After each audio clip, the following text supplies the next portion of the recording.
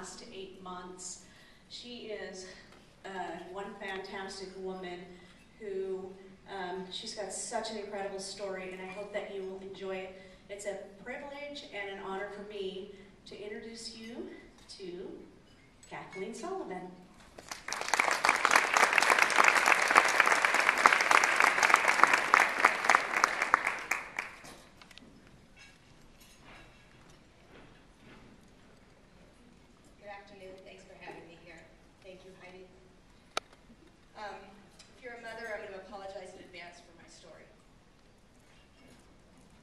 Imagine a fun family vacation out in the desert with your children.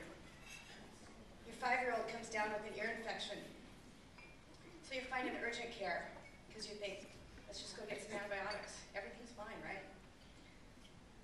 The doctor hears something. She hears a heart murmur. Well, nobody had ever heard anything in my daughter Stephanie's heart before. We discounted it greatly, even argued with the doctor about it. It's just an urgent care, right? But she was super insistent that when we got home, we go see our regular doctor. So we did. We made an appointment with our pediatrician and took Stephanie in. Pediatrician listened again. Didn't hear anything. We were super relieved, of course.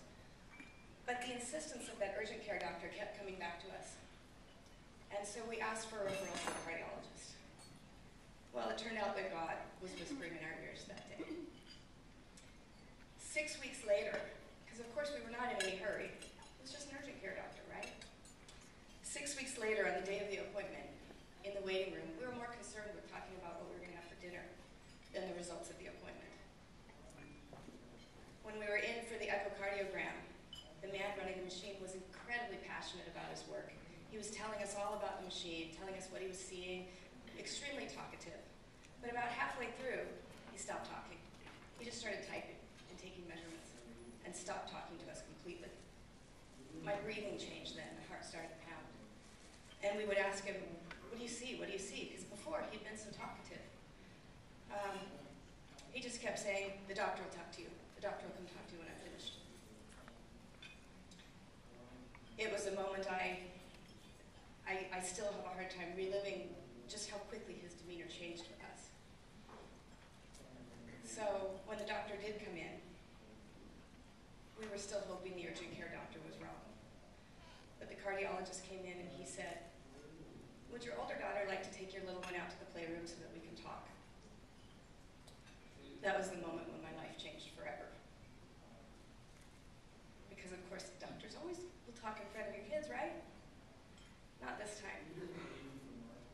He explained that Stephanie had a congenital heart defect called the atrial septal defect, or ASD. The upper chambers of her heart were supposed to be separated by a wall, but instead there was a large hole in between the two chambers. The hole was so large that the blood ran continuously through it, which is why nobody ever heard anything. There was no heart murmur, nothing to hear, except for that miraculous doctor in Las Vegas, who I later sent flowers to. He explained that her heart was enlarged and being damaged from having to pump so hard, and that although repairable, we would need to get in for open heart surgery fairly quickly. The outside edge for a real successful repair is about 5 years old. She was already 5 and a half. What to have for dinner became not important anymore. We were shocked and devastated. Many of the following nights after she fell asleep, I would just lay my head on her chest and listen to her little heart beating. And it sounded just fine to me. But it filled me with love and terror at the same time. It was hard not to let the fear take over. I cried all the time. I prayed for God to take me instead of her. Bargaining at this point. The open heart surgery was performed here in Spokane on July 8th, 2002.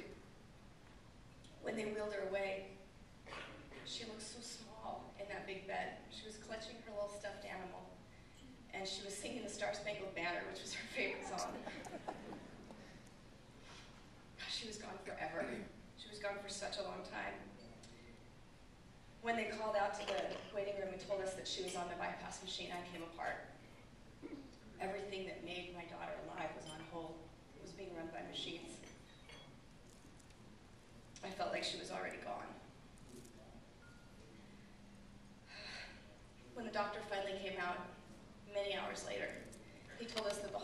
much larger than they had originally thought on the testing that was done. He told us that a child's heart is about the size of their fist. So imagine a 5-year-old's fist, how tiny that is. Put a 50-cent piece on that fist. That was the size of a hole in her heart. He was able to successfully patch the heart. And we all know how doctors are. A lot of times they're not as warm as the rest of us because they're doing their job. Well, I threw myself at him, almost knocked him over, giving him a hug. We stepped into the recovery room with an absolutely profound sense of relief. It was over. Oh, she looked so vulnerable. There were tubes and wires and machines everywhere and a big box on her chest. She was groggy, but she recognized us.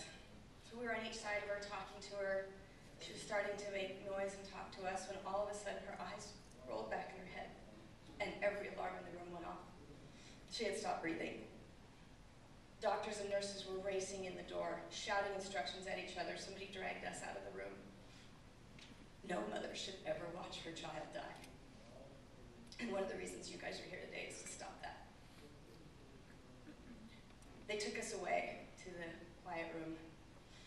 They came and got us about 15 minutes later, and they said, she's alive. In order to revive her, they had to strip every single drug out of her system. She was 1 hour out of open heart surgery with nothing in her system, no sedatives, no painkillers, nothing. When they opened up the door, I could hear her screaming all the way down the hall. But it was the best sound I had ever heard. When we got to her side, her chin was quivering. She was in so much pain, she wouldn't let anybody touch her. She was screaming, "My heart hurts. Oh my God, my heart hurts," over and over again. She later told me that God told her she couldn't stay and play in heaven, and he had asked the angels to hold her hand and bring her home.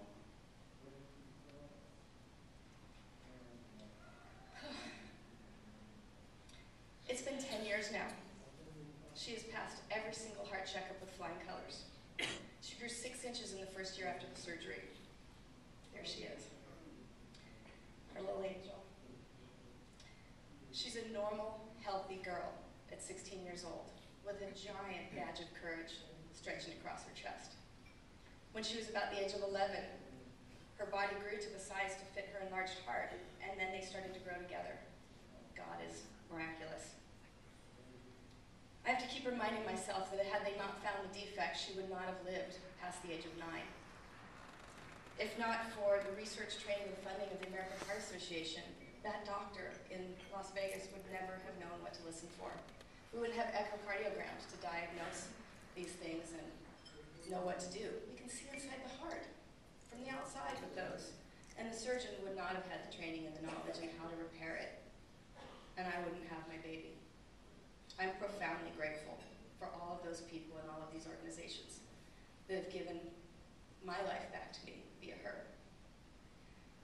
Last year, I had the privilege of watching her win the U.S. National Championship on her Arabian horse in dressage for the 2nd year in a row. She has dreams of competing on the United States Olympic team, and thanks to the Heart Association, it's a possibility. It's with great pride that I introduce you to a 10-year survivor, Stephanie Parrish, my daughter.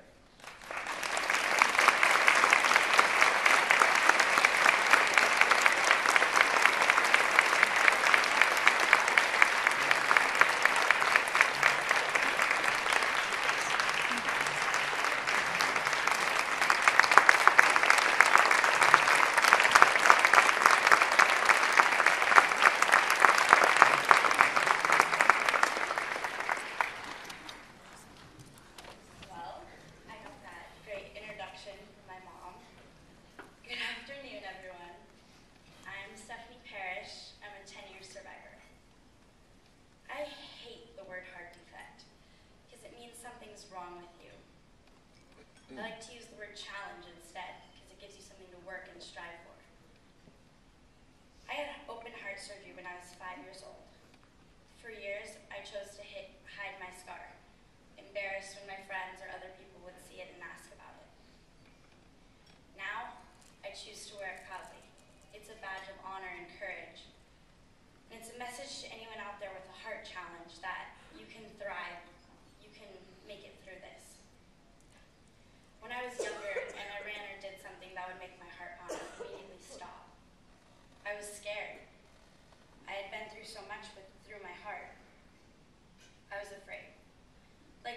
challenges in life, I've learned that you just have to keep running. My heart is now strong and healthy thanks to the American Heart Association. Also thanks to the American Heart Association, kids like me are getting a second chance at life. Someday I intend to go to college, compete on the U.S. Equestrian Olympic team, and have a family of my own. My heart won't stop me from my dreams. It'll be the strength I need to achieve them. I am here today to inspire your choices. Choose to educate yourself and others. Choose to support and fund valuable research. Choose to live longer, happier, healthier lives. That choice is Go Red for Women. Every day, the American Heart Association is changing stories just like mine. That is why today I'd like you to consider making a life-saving gift to the American Heart Association. Your commitment today will help uncover the truth about heart disease and make ending it a reality. I want to recognize a special group of people now. We have with us today our Circle of Red donors, individuals who have supported Go Red with a personal donation of $1,000 or more. I know we have several Circle of Red donors here today. They are special ladies with the feather boas with silver lining.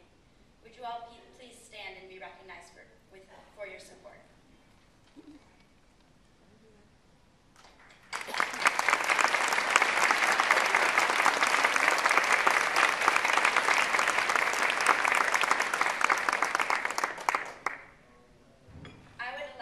I would like to invite everyone here now to think about your personal gift to the American Heart Association.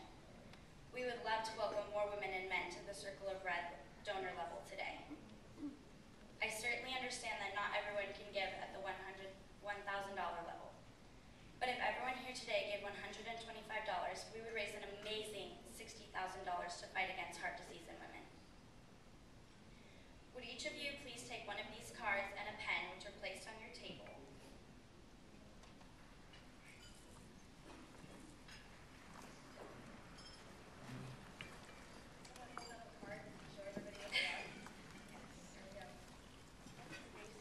And as you hold that donation card in your hand, I want you to think about the difference you can make today by contributing to the American Heart Association.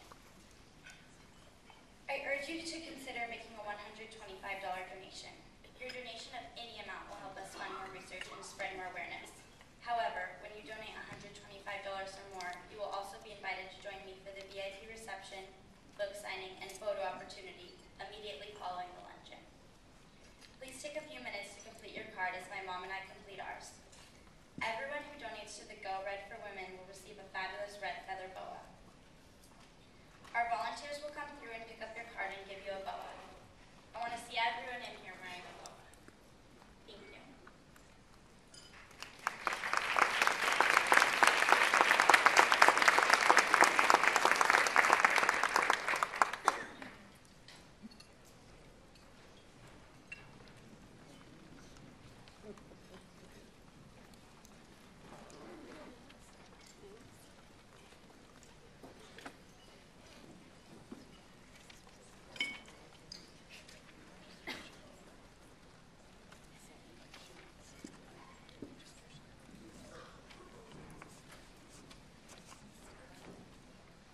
I should have put Kleenex on the tables.